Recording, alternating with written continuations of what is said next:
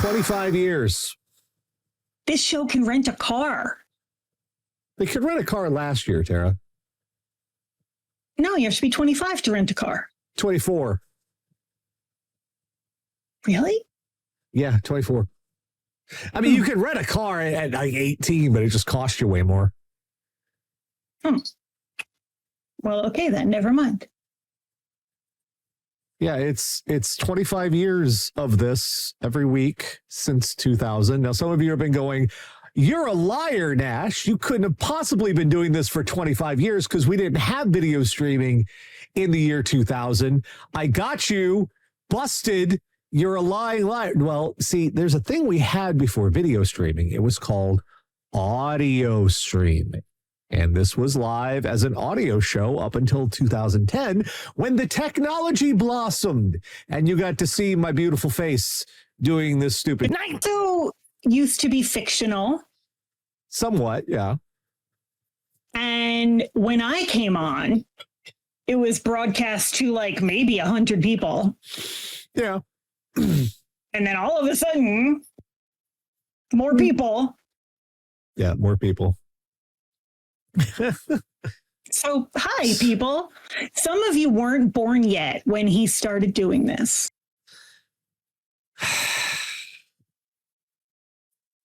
I don't know. I don't know what I was thinking. I had no idea this would be the result. Here we are all these years later, and there's still ridiculous crap happening every freaking... defense, the world was supposed to end in the year 2000. So, like, you didn't think you'd be doing it. Yeah, fair enough, yeah. And then it was supposed to end again in 2012. I know. Well, stupid stuff has been happening. It continues to happen and will always be happening. So we have that this week. And also, very special shout out to Catherine Merrill, who has been with us for many of those years as well. One of our chief researchers here for all these things. She also, has been, we also have a little help from the rest of the audience who send in links and stuff like that. So each week, Catherine, the Radio Dead Air audience, called the worldwide interwebs, file all sorts of horrible stuff, bring it back here for a little segment we like to call What the Fuck is Wrong with You? I'm Nash. She's Tara. This is the news, and we're going to start in Florida.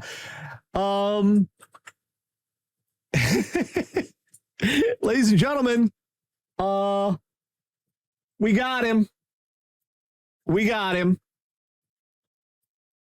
Chuck E. Cheese. We fought at last. Our long national nightmare is over.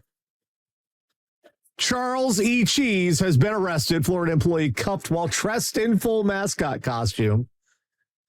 Florida Chuck E. Cheese employee was arrested for alleged credit card fraud while wearing the full mascot costume during his shift at the children's restaurant. Photo of the incident captures the moment Tallahassee police remove the costume employee as children look on, mouth agape. Now look at those poor kids in the background. Can you imagine? It's your birthday. And for some reason, you want to spend your birthday at Chuck E. Cheese. You're small. Yeah. You go to Chuck E. Cheese, you're eating the subpar pizza, you're playing the games. And they arrest the fucking rat? Fucking Chuck E. Cheese got arrested. And there wasn't even a fight that day? He got arrested because you were bad. He got arrested because you wouldn't eat all your vegetables. Chuck E. Cheese like got arrested. Trauma. The fucking trauma. No, like, I understand, right? Okay, credit card fraud, sure. You couldn't just let the guy go in the back and change into his civvies. Right. Walk him to the back. You had to take... You don't have to let him out of your sight, but... The fuck's next? You going to arrest Santa Claus? Right, like, that's a dick move. The fucking Easter Bunny? Come on. That's just a dick move. It is. And this is Florida. You going to go down to Disneyland, bust Goofy and shit? Fuck's sake, man. I love how people in the channel are... I'd be interested to know what would happen if someone like a costume character at Disney got arrested at work, because they're not allowed to get out of those costumes. Like no matter what fucking happens, if they're not backstage, they can't take that head off or the gloves off or anything. Like if they're bleeding internally, doesn't fucking matter. If their eyeballs fall out, you better get backstage before you take that head off. So like, I am exercising my right to remain silent. that would be really funny if it was, the characters with like the heads on don't speak, right? I don't think, they'll have to be silent and stuff. You have anything to say for yourself?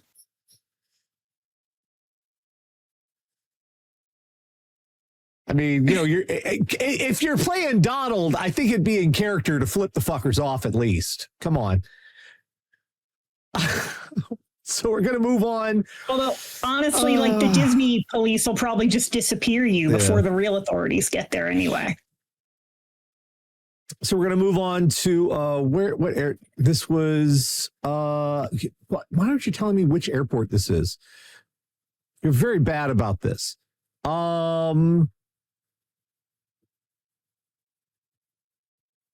Okay. And you're not telling me which airport. Bad reporting. Bad. This is from KTLA. Bad reporting. But we have seen people shove all sorts of things in all sorts of places to smuggle them through airport security. This one is both depressing and yet somehow obvious. I don't know how this only just now happened. Also, poor turtles. TSA bus passenger with turtles in her bra.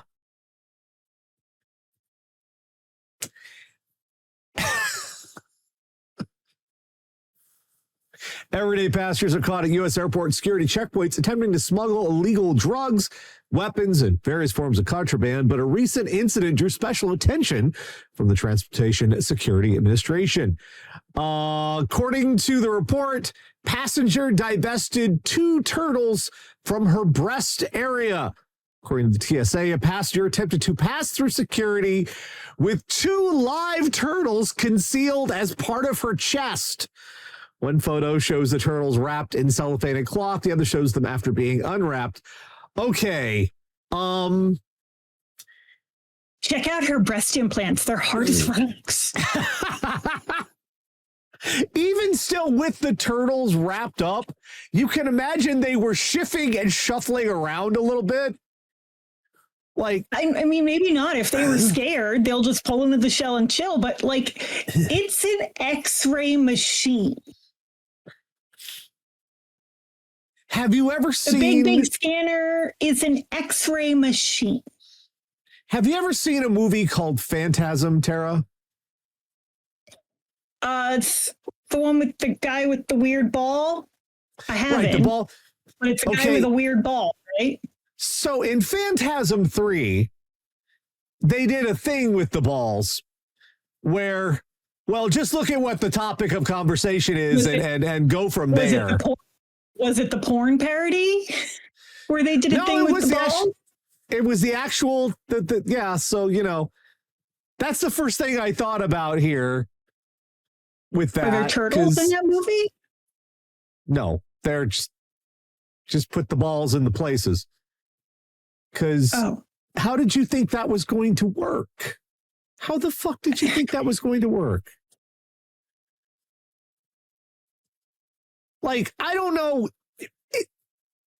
I don't know if you have any experience with breasts, audience, but they tend to have motion to them.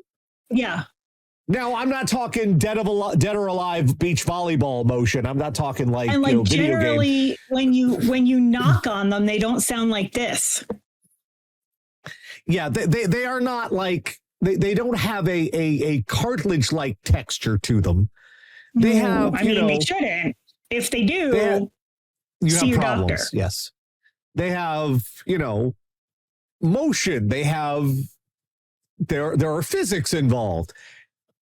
If you turn and your chest immediately follows, that's going to be a little suspicious.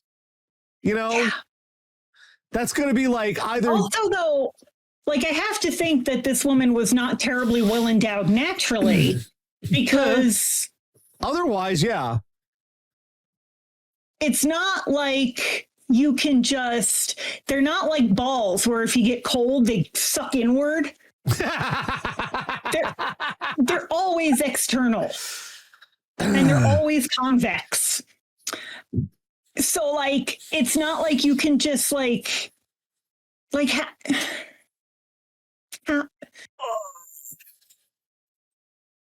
very confused by it all. Hello, Charlie. Hello, Charlie. You here to help us, buddy? Charlie. Look at that little face. Your microphone. Oh, we're gonna rub on the microphone. Okay. Yeah. Hi, buddy. Do you want the attentions? He wants the attentions. Well, speaking of attention, this next one is terrible. We have had quite a few instances on airplanes where people have been doing squishy things, I guess we'd call it. Things that are not appropriate for a family audience. But usually the whole idea of the Mile High Club is they do those things hi, Charlie, that's your butt. Yes, I know. Okay. Hey, all right. This is my butt. Yes, that is your butt. My butt. Okay. Yes, thank you. Thank you for putting your butthole on the internet. I'm sure everybody appreciates that. You're running a cat OnlyFans here? Jeez. So normally when they attempt to do those things on a plane, they do them in an area where no one else has to partake. Still not a good thing to do, but this is the worst way of doing it. Couple arrested for sex. Oh, well, okay. Well, they're going to see it eventually anyway. Here you go. You can play along at home. Yeah, couple arrested for sexual activity on flight to Florida. Sarasota, Florida. Couple's decision to join the Mile High Club on a flight to Sarasota landed them a trip to jail. Investigators say they received a complaint from a flight attendant on JetBlue Flight 163 from JFK International to Sarasota. The flight attendant said that several children and their mother witnessed Christopher Arnold, 42, and Trista Riley, 43, engaging in sexual activity during the flight. Really? Come on. They arrested Arnold and Riley, who are from Danbury, Connecticut, where I lived for 20 years. Oh, no. It explains a lot because Danbury, Connecticut is one of the most boring places in the universe. Its current claim to fame is that they named the wastewater treatment plant after John Oliver. Well, it's not so boring that they put you on a list for this shit. Yeah, to be fair, I lived in Danbury, Connecticut for 20 years and I managed not to have sex on an airplane. In front of children. In front of children, yeah. What the fuck did you think was going to happen? How was this going to work out well for anyone? Did you not even Google the concept of the Mile High Club, or did you get the Chat GPT summary of how it worked? Is that what happened here? Did you Google indecent exposure to a minor? Yeah, because that, like I said, that puts you on a list, and it's not a list you want to be on. That one doesn't go away. That's a bad list. That's not that's bad. Because just what? It couldn't wait. or you were just trying to do the thing. Well, you did the thing. Congratulations. I mean, JFK to Florida is only like a 2-hour flight. Right? It's not that long. Was there like, no, okay, one thing, maybe the bathroom was did really disgusting. Get attention? Maybe the bathroom was really disgusting. Maybe. But that's still... I fly JetBlue a lot, and they actually go in and wipe down the bathroom like 3 times a flight. Fuck. I mean, yeah, like they regularly, the flight attendants go in and wipe down the bathroom. It's still an airplane bathroom, but they do their best. Hey, Simba, can we maybe not walk on the keyboard right now? Thank you so much. Say hi to the internet. Hi, See, buddy. You kicked me out of all my windows, buddy. Oh God, you closed all my windows. I don't even know how you do that. Talent. No, you can't do it again. No, sir. No, thank you. No, sir. So no, I say the nay, and don't put me in my breast implants either. So we have more Florida. This is from Fort Lauderdale, and no. If you're gonna look, if you're going to commit fraud to do a job you're not qualified to do, run for office. Yes. As a Republican. This guy, you can't just inherit your dad's job unless you're a CEO. Not like, that's, if it's a real job, there's a problem. Unlicensed engineer faces millions in fines after Local 10 investigation uncovered forged inspections. Florida Board of Professional Engineers has filed a 724-count administrative complaint against Enrique Fernandez Jr., a South Florida man accused of forging his late father's name and license number on dozens of building inspections across Miami-Dade and Broward. I want to point out, this is also the area of the country where the condos have just sort of been falling the fuck down. Gosh, I wonder if those things are related. The 293-page complaint outlined 724 separate instances where Enrique Fernandez Jr. allegedly submitted engineering documents, inspection reports, and project affidavits using Florida license number 21218, a license belonging to his father, Enrique L. Fernandez, a licensed engineer who died in 2018. Board alleges Fernandez Jr. forged his father's signature and affixed his professional seal to documents connected to major projects throughout South Florida. Bro. How did this take so long to get caught? Because, like, when you die, and I have rather relevant experience with this, assuming somebody doesn't just dump your body in the woods and you never get found, they issue a death certificate. And that death certificate is a matter of public record. And let's say you work for the local government. Yeah. They have it on file. And if you have, for instance, an official license number, they probably should deactivate it. Well, this guy apparently forged apparently they never got the information that the guy died. Left hand didn't know what the right one was doing. Like, nobody knew this guy was dead for 7 years.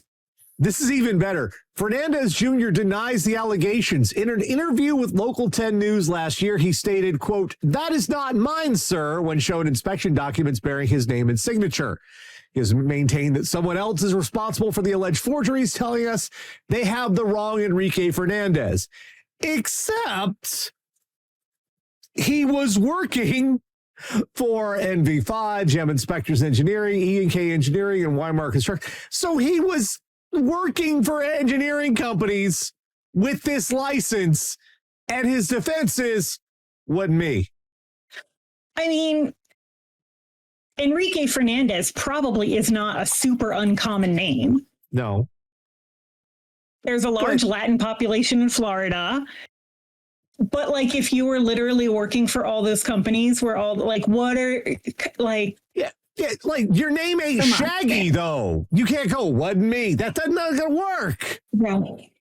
Right. They saw you. They know your ass. You walked into the office every fucking day. Dipshit. The fuck did you think was gonna fuck? Also, like, did none of these people know his father? Like, how Apparently did this not. go on so long?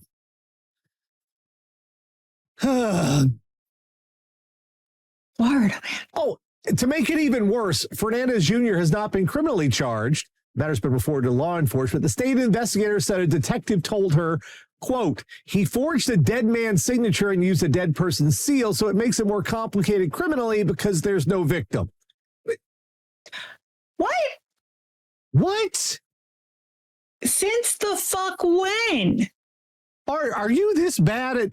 Did you forge a signature to get your job too? So apparently you don't know how to do it. The victim also would be all the people who used the buildings that were illegally. That would be proved. Well, we got another one. This one terrifies me in its own way. It's from Anchorage, Alaska. It's the details that get into it. It's like, wait, what? So what the fuck? 50 Is pounds anything illegal of in dynamite. Florida? Is anything illegal in Florida being a woman or a gay person? Can Everything else is pretty much okay. Can we get to the 50 pounds of goddamn dynamite, Tara? See? Why does it look like rolls of frozen meat? 50 pounds of dynamite found in an abandoned school bus. Those are not churros. It looks like steakums. They are not. Forbidden steakum. Authorities in Alaska had to remove 50 pounds of dynamite in an old school bus Wednesday, according to the Federal Bureau of Investigation. Special Agent Charge Rebecca Day said the property owner discovered the dynamite in the bus located at mile 115. What? Just one day? Junk. The bus was parked on his... Sea-mine. The bus was parked on his property. He called law enforcement, which in turn contacted the FBI. Let's start. How the fuck did you not know there was 50 pounds of dynamite in this is a school bus? Like, it didn't just show up one day. That ain't been gone nowhere in ages. That's the kind of school bus we rode in, Tara. But how big is his property? I don't know. Because it's Alaska. State troopers and other agencies were involved in the 7-hour operation that shut the Richardson Highway periodically on Wednesday while it was taking place. Authorities said the dynamite was at least 20 years old, which makes it even worse. If you watch Lost, you're very anxious right now. Dynamite sweats pure nitroglycerin. It just leaks out. They assessed the antiquated dynamite was not in a location they wanted to a controlled explosion, worked diligently to remove the dynamite to a more appropriate location and dispose of it in a safe and proper manner, which was a controlled burn. They doused the dynamite in chemicals to keep it from exploding while it was burned. Agents did not provide information on how the explosives got on the bus or their intended use. They did add that the property owner cooperated completely and did the right thing. Day said it is not uncommon for people to find explosives on their property with no idea of how they got there. Oh, it isn't. Isn't it? No. That's not uncommon. That's a normal thing, is it? That just happens, huh? It shouldn't be a normal thing. Just a bus full of explosives. And apparently this was by a highway. So did it just appear one night? Did he just never decide to look in the old abandoned bus? Because that bus has not gone anywhere in ages. Did you ever read the book or see the movie Into the Wild about that idiot rich kid who decided to live off the grid? Well, he hiked to Alaska. And I don't remember if it was that he was living in a school bus out in the middle of it, like a nature preserve that was put there for people to live in. And I don't know if that was just that one time or if that's common practice. Because if that's common practice, maybe they didn't think anything of it. Okay. That hikers and off the grid types, it's a shelter. I don't know. I am neither a hiker nor an off the grid type. I very much like being indoors, but that's what this reminds me of, except there wasn't 50 pounds of dynamite in that bus in the book. No, there wasn't. No. Someone decided this is here's an old school bus. This is a good place for 50 pounds of 20-year-old dynamite. But also, why do you have 50 pounds of really old fucking dynamite? Tara, I guess at some point, what are you going to do with it? First, you have the dynamite. Why do you have it? But why do you have it? I don't know. Maybe you Wile E. Coyote? Maybe you were getting rid of stumps and you ordered too much. But then the years go by and you keep not using it and it keeps just sitting there. And you're like, well, shit. Now what? Can civilians just buy dynamite? Hi, buddy. Yes. Can I help you, Charlie? Are you okay? You need something? Hi, buddy. Yeah, civilians. My dad. I have a story for this. My dad, when he was a kid, he lived on a farm, and they had a pecan tree down the road, his neighbor, or as we say here, a pecan tree. And for fun, because this was a farm in the 50s and 60s, for fun, he took a stick of dynamite and blew up the top of his neighbor's pecan tree. And he was like a kid. My father also grew up on a farm. But as far as I know, they didn't have dynamite. Now, yes, he was in Ireland. I don't want to hear your fucking explosives jokes. They're tired. That wasn't the kind of farm my dad grew up on. The dynamite farm. We have one more Florida tonight, and this one is this is horrifying in so many ways. I don't even man.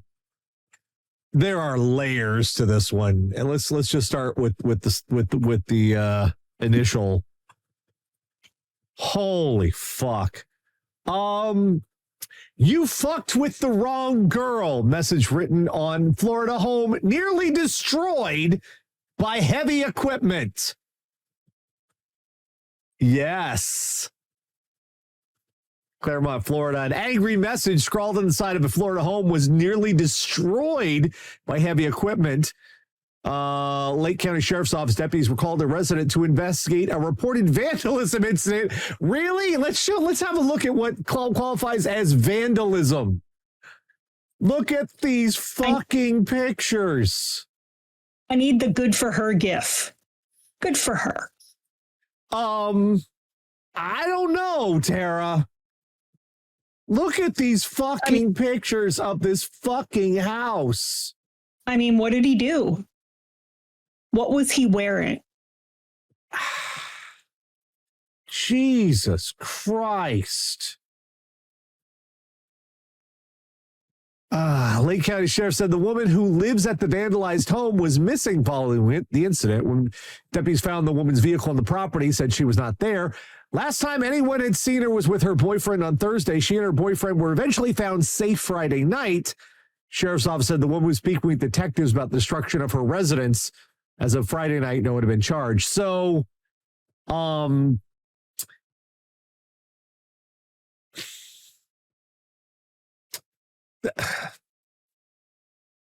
this was not a good idea, lady. For a multitude of reasons, this was a bad call.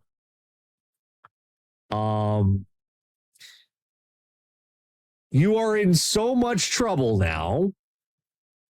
Maybe if you're going to be doing the massive damage in vengeance, do not sign your fucking name to the vandalism. Yeah. But like maybe he should have just gone out and gotten her French fries. Well, this wasn't his house. This old woman lived here and she was out with her boyfriend.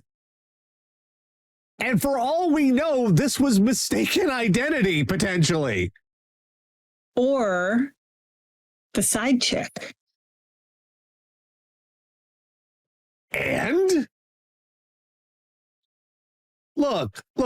I'm just saying, we don't have the whole story. Well, we do have a house fucked up. Yeah, maybe that house had it coming. Look. I done been cheated on myself in my lifetime. I'm sure many of us have. I ain't fucked up nobody's house over that shit. You don't do this shit. It's a house. People live there. What if somebody had been the fuck home?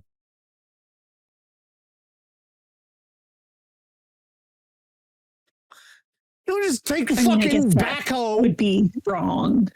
You don't just take a fucking backhoe to somebody's domicile. But don't you want to sometimes? Who among us hasn't thought, I wish I could just bulldoze your fucking living room? Come on. Charlie, raise your hand. Charlie, raise your hand. Oh, Charlie's definitely thought about it. Charlie doesn't know what planet he's on. He didn't know what the fuck a bulldozer is. Just Christ on a cracker. Oh, and the charges. This is the one that's blowing. We get to the layers. The charges for this will be criminal mischief. Wow, that seems light. Doesn't it just?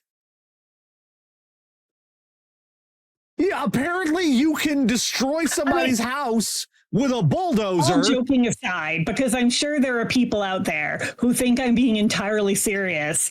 She's and are going to be really mad about it in the comments. I'm fucking joking. This is a horrible fucking thing to do because yes, what if somebody had been home? Yes, what if they had pets? What if a million things? Okay, this is not something you should do. I'm fucking joking. Everybody chill the fuck out.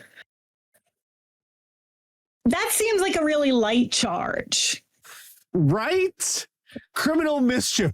This is terrible because apparently if you take heavy equipment in Florida and destroy somebody's house, criminal mischief. I believe this is setting a bad precedent here. Or she told the cops what he did and they were like, oh. like when Ross dedicated the song to Rachel and then she called the radio station and they cut off the song and were like, she just told us what you did. We're not playing your song. I'm sure law enforcement is considerate that way, Tara. I'm sure Florida law enforcement are very sympathetic. They have a long history of being very understanding and sympathizing with victims. Sure. Yeah. God, America. Why is America America? Good God. This is horrific. Just come home and you see this shit. This is like the end of Real Genius, where the house has been busted up by the popcorn. You're sitting there just like, what the fuck do you do now? It looks like a tornado hit the fucker. I mean, it's just the one wall. It is a load-bearing wall. No, it's both sides. It's both sides of the house. Oh, is it? I thought it was just the one side. Front and back. Look at the aerial footage. footage. How is it still standing? You took out two load-bearing walls? I don't know. Front and back. That middle wall is working hard. So, yeah, we learned this week is whatever your interpersonal problems with other human beings may be, don't take a backhoe to their goddamn house. Even if it seems like it would be really fun, and it probably would be really fun, it's not the right thing to do. There's a lot of things that are very fun to do with heavy equipment. That doesn't mean you should. Right. How many times have we seen people do shit with a stolen fucking backhoe and shit? Yeah. We've earned that if you happen to own property in America, check it frequently, because somebody might have dumped 50 pounds of dynamite there. Like you do. Old dynamite, no less. Antique. Sweaty dynamite. Vintage. We've learned that you can't just take your dad's credentials and pretend to do his job. You're not an earl. You don't inherit the title when he dies. Yeah. It doesn't work like that. Especially if you're in engineering in a part of the country where buildings are falling the fuck over. People might be a little sensitive to that shit right now. We've learned that if you're going to join the Mile High Club, find some place where kids aren't watching. Come on. That's gross. Or where the seat can be wiped down. Someone has to use that seat right after you. There's like half an hour in between flights anymore. They don't have time to clean the upholstery. Do you have thoughts on this, buddy? He does not have thoughts. He doesn't have any thoughts. Charlie has no thoughts, only vibes. We have learned that you cannot, I can't believe I'm going to say this sentence, you cannot smuggle turtles in your tits.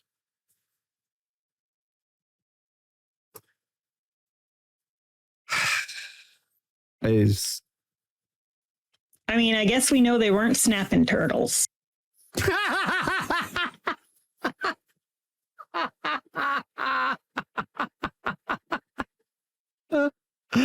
Oh God,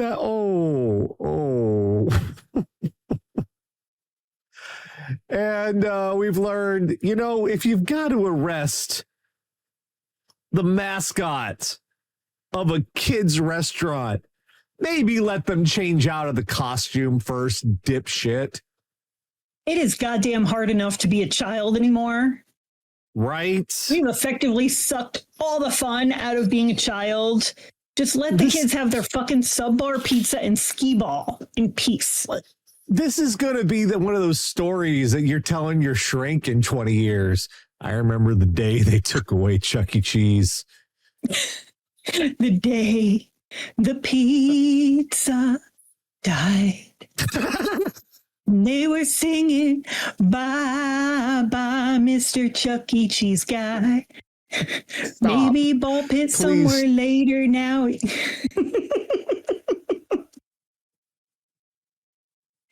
Can we call this episode The Day the Pizza Died? No, well, now we got a copyright strike.